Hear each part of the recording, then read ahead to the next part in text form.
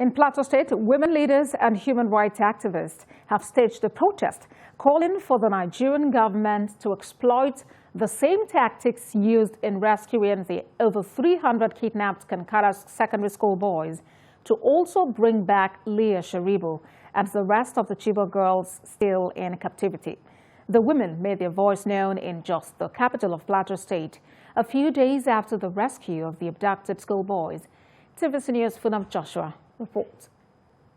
February 19, 2018 will always be remembered as a dark day in the annals of history of Nigeria.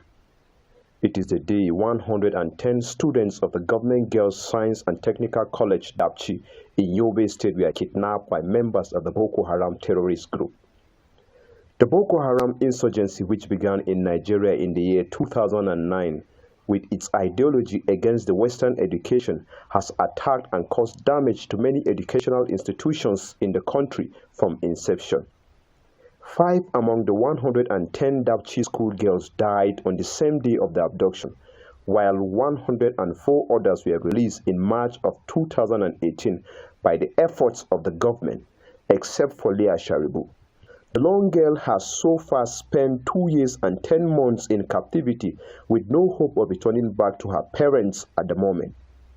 Again, 334 students were abducted from Government Secondary School Kankara in Katsina State this month, but their story has a different end. 6 days after they went missing, the federal government was able to secure their release. The recent rescue of abducted Islamia students in Mahuta town of Dandumi, still in Katsina State, is also case in a point.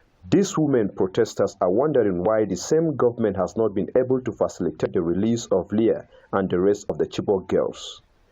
They take to the streets carrying placards and urging the government to intensify efforts to ensure Leah and other girls also regain their freedom.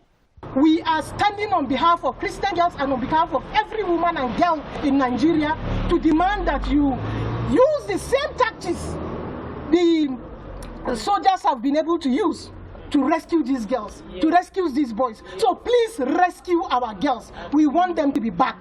Release our women, release our girls, free them. As you did for our dear sons, you will do for girls. You can imagine if boys are released, if boys are rescued, how much? If boys are vulnerable, how much vulnerable girls will be? You can imagine how abused these girls have been.